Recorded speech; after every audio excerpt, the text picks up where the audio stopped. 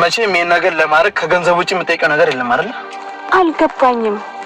ቆይ እንዴት ነው ከኑሐሚን ጋር በዚህ ልክ ተቀራርባችሁ ልታወሩ የቻላችሁት? የጠየኩሽን ተተሽ ማያገባሽ ነገር ላይ እየዘባረቅሽ ነው ያለሽው። አንዱ ማሴጄ ይሄ ቢሆንስ ብዬ እያሰብኩ ነው። አልገባኝም። ምን ለማለት እየሞከርሽ ነው?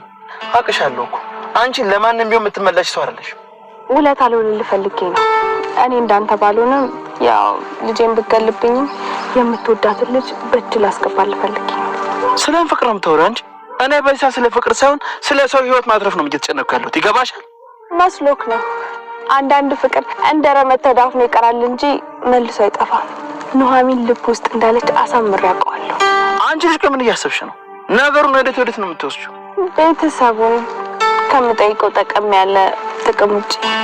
ጥቅምሽን ካገኘሽ ከሱ ውጪ ምን ልጠይቅኝ ነው የፈለግሽው? በፈጠረሽ አምራን፣ በዚህ ሰዓት ያተንኮልሽ እንዳትጀምሪንሽ።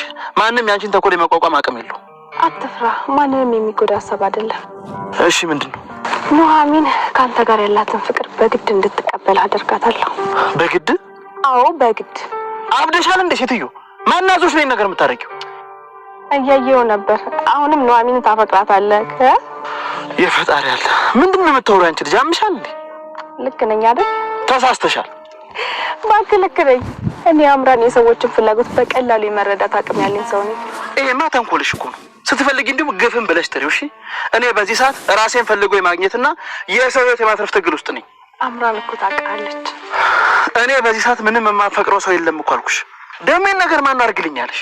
ለአንተ ብዬ ይመስላል እኔ የማደርገው። እሱማ እኮ ለራስሽ ብለሽ እንደሆነ እኮ እናውቃለን። እባክህ ለሁላችንም ነው። አምራን ናሆም አንቺን ይጠላሻል። ኑሐሚን ልክ እኔ እንደጠላችኝ ማለት ነው። ቆይ ነገር ለምንድን ነው የማይታይሽ? እኔ ናሆምን አልፈልግም። ደግሞ ከኑሐሚን ጋር እንዲቀጥል አልፈልግም እኮ። ለምን? ምክንያቱም እሱም እሷም ደስተኛ ሆኖ ማየት ስለማልፈልግ። ራሱ በድሎ ራሱ አለቀሰ ማለት እኮ ነው። አምራን ናሆምን እኮ ለኑሐሚን አሰለፈሽ የሰጠሽው በራስሽ ጥፋት እኮ ነው። እሱን አውቃለሁ። ደግሞ አሁን መልሼ እነጥቃታለሁ እያልኩ ነው። ይልቅ መግደርደሩን ተውና ፍቅር። ነገር ግን አሁን አልቀበልም ብሎ ስጨው ነበር። አምራን ለመለመን ወሰነ። ምክንያቱም አምራ ብቻ ነች መነገስ የምትችለው ተብሏል። የእሷ ጋር ደማቸው ተመሳሳይ ስለሆነ ለተሰማም ዶክተሩ አስቸኳይ ማድረግ አለባት። እርግዝናም ቶሎ ማቋረጥ እንዳለባትና ቶሎ ሕክምና መጀመር እንዳለባትም ጭምር እያዘነ ይነግራታል። እሷም ደግሞ ማልቀሷን ቀጠለች። እባክሽም አባትሽም እናትሽም እዛው ነው፣ በጣም እየተጨነቁ ነው። ስለዚህ ሕክምና በአስቸኳይ ማድረግ ይኖርብሻል ብሎ እሷን ለማሳመን እየጠሩ ነበረ። ዳጊም የተፈጠረው ነገር እስከ መቼ ነው በአንተ ምክንያት? ቆይ እየታሰሩት እኮ በእኔ ምክንያት አይደለም፣ ለምንድን ነው የምትወቅሰኝ ልጄ እያለው ነበር አባዬ። ምክንያቱ አንተ ነው። ቢሆንም ግን የተፈጠረውን ነገር እንድታስታውስ ፈልጋለሁ ብሎ ይነግረዋል። እኔ እኮ በደንብ ሽጉጥ ተመትቼ ነበረ፣ ደም በደም ሆኜ ነበረ። እንዴት ነው ማስታውሰው? የተፈጠረው ነገር እንዴት ላቅ እችላለሁ? እያለ ይጨዋል። ዳጊ ግን በጭራሽ አባዬ ይህንን ጥያቄ አንድ ጊዜ ሳይሆን 100 ጊዜ ሁል ጊዜ እጠይቃለሁ። ስለዚህ ይልቁንስ የምታስታውሰው ነገር ካለ አስታውሰውና ንገረኝ ብሎ ይጠይቋል። እሱ ግን ምንም የማስታውስ ነገር እንደሌለው ይነግረዋል። አባዬ እባክህ ችግር ውስጥ እየገባው ነው፣ እባክህ አባዬ እዛ እስር ቤቱ ልኩም ሆነ እናቴ እዛ ቤት ምንም መቆየት የለባትም በገዛች ጥፋቻችን እያለ ምናምን ጀመረ። እሱን ግን አሁን እባክሽ ይቅርታ አድርግልኝ፣ ቅድም እንደዛ ጭዌ ስላበረኩሽ እኔም እንደዛ ሆነ ጥዬ መሄድ አልነበረብም፣ ይቅርታ ይባባላሉ። በጣም ይዋደዳሉ። ግን በማላቸው እንግዲህ እምራ እነሱን ለመለያየት ቆርጣ ተነስታለች ማለት ነው።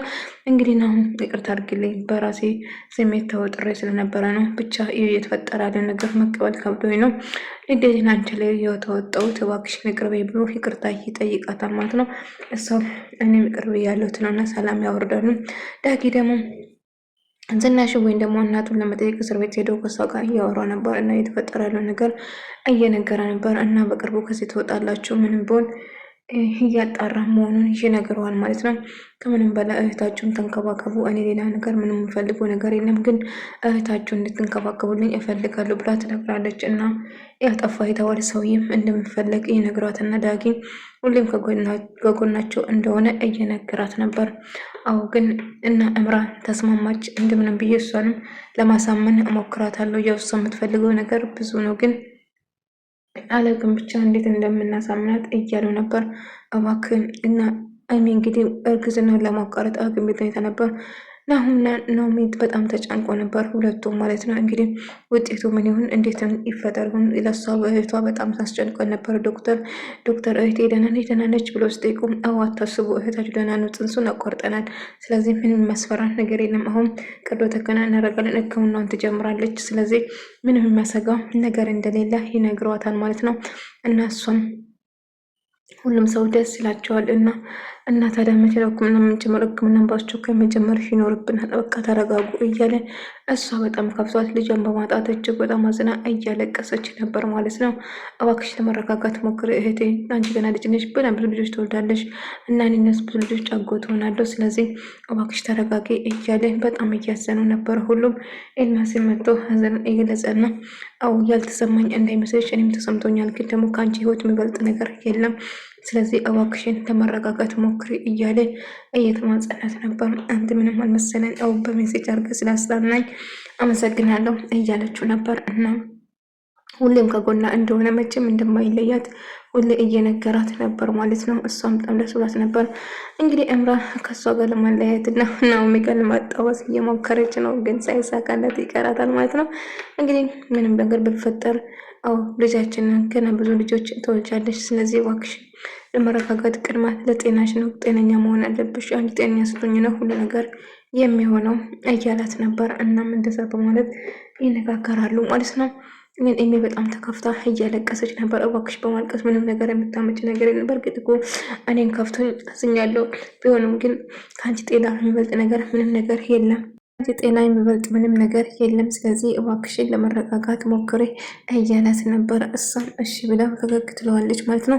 ዳኒም እንግዲህ ናሁም ደግሞ ለአባቱን ለመጠየቅ እስር ቤት መጥቶ የተፈጠረውን ነገር እና ጽንሱ እንደወረቅ ተቆረጠ እና ደህና እንደሆነችም ጭምር ነግሮ እንዳናጋዥ ማን እንደሆነ እንዴት ተገኝቷል እንደ ብሎ ስጠይቁ አባዬ ብዬ እንደምነገር አላውቅም፣ ሁላችን ተስማምተናል፣ አንተ ተስማማ አትስማማ አላውቅም፣ ግን ኤምራኖች ነገዋቸው ስል ምን እንድጨራሽ ብሎ ይጨዋል። አሁ እንግዲህ አማራጭ አጥተናል አባዬ ብሎ እንግዲህ ታዲያ እሷ የምትፈልገው ነገር ይሰጣትና እንግዲህ ልጄ መዳን አለበት ከምንም ብለን ልጄ እንዴት ነው የሚፈልገው እያለው ነበር እና አባዬ ስለዚህ ይስማማል ማለት ነው። እንግዲህ ዳጊን ደግሞ ለማናገር ስትሞክር እባክሽ እምራ አሁን የቀጠርኩሽ ነገር ለማውራት ፈልጌ ሳይሆን እህቴ እንድትታደገት እየለመንኩሽ ነው ብሎ ይጠይቃት። አቤት ትትና እያለችው በፀሐይ ሲያናግሯት እህቴ እንድትታደገ ይፈልጋለሁ እባክሽ ትለው ነበር። እናም እህቷን ለማታደግ እየሞከረች እንደምነው አው እርግጥ በጣም ተሳዝናለች፣ ትንሽ ልጅ ነች ምናምን እያለችው እኔ የምትፈልግኝ ገንዘብ ከሆነ መደራደሯ ያቀርብለታል። እሷ ግን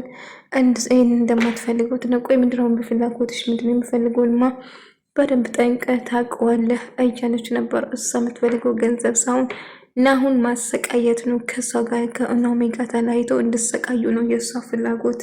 ሁሉም ሰው እንድጣሉና እምራ እባክሽን የሚሆን ነገር አእምሮሽ ሳትሞ የምንሽን ተስማሚ እና እሷ ደግሞ በጭራሽ አትቀበለው ማለት ነው።